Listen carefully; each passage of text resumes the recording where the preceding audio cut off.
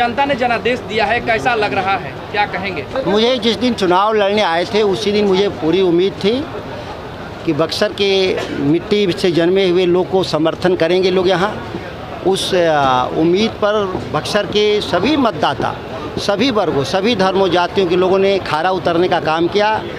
मैं बक्सर के स्वाभिमान और सम्मान और विकास की लड़ाई को ज़रूर आगे ले जाने का काम करूँगा। कैसा लग रहा है आपको सुधाकर जी अभी? ये हमारी जिम्मेदारी बढ़ी है। जिम्मेदारी जब मिलती है तो जिम्मेदारी का एक भार भी है, तो ये उस भार को हम लोग महसूस कर रहे हैं कि कैसे हम लोग उसको पूरा करेंगे, पूरी जिम्मेदारी को। विपक्षी जो डराते थे बार बार जंगल राज कह के, उनको क्या कहना चाहेंगे आप? अब यहाँ तो बिहार में नीतीश कुमार के राज में मैं लगातार कहा कि जंगल राज है। भ्रष्टाचार को देखना है तो दूर क्यों जाना है, अपने प्रखंड मुख्यालय में चले जाइए। इस राज में जंगल राज देखना है तो पलायन देख लीजिए, करोड़ों लोग बाहर चले गए। जंगल राज देखना है बिहार में तो आमदनी में सबसे फीसदी हैं हम लोग, आम आदमी। जंगल राज देखना है तो सृजन कांड का घोटाला देख लीजिए। जंगल राज देखना है तो नीतीश कुमार का मुजफ्फरपुर बालिका गृह कांड देखिए।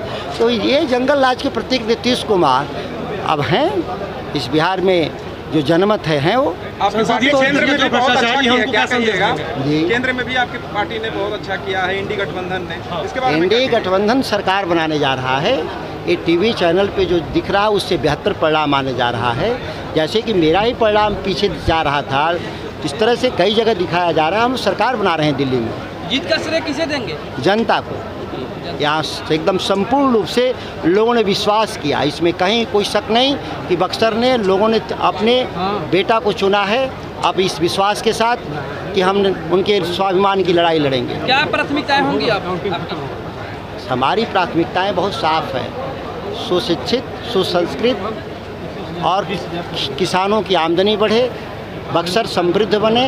ये लड़ाई हमारा था, स्लोगन था और नारा था। उसमें बहुत चीज़ें आएंगी। ऐसा आप अनुमान करें कि एक संसदीय राजनीति में पार्लियामेंटेरियन से बड़ा कोई पद नहीं होता, और वो सभी जिम्मेदारियों को निभाऊंगा, जो नीति का सवाल हो या डेवलपमेंट का सवाल हो। पॉलिसीज़ को ठीक से समझना होगा। डेवलपमेंट से ज़्यादा ताकतवर पॉलिसीज होता है। अगर आप पॉलिसी नहीं बना पाएंगे तो आपका डेवलपमेंट रुक जाएगा। यहाँ के लोगों ने कभी बात ही नहीं किया 24 सालों से दिल्ली में, पॉलिसीज़ पर बात नहीं किया। स्वाभाविक है कि डेवलपमेंट भी नहीं होगा। अब किसानों के लिए हितैषी देखे गए हैं, क्या किसानों के लिए आपका मुद्दा?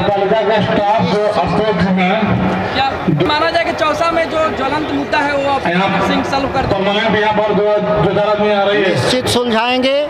किसानों के स्वाभिमान और सम्मान की जो लड़ाई है सुलझा करके उस परियोजना को आगे बढ़ाएंगे। पहले उनका मामला सुलझाएंगे, तब परियोजना को भी आगे बढ़ाएंगे।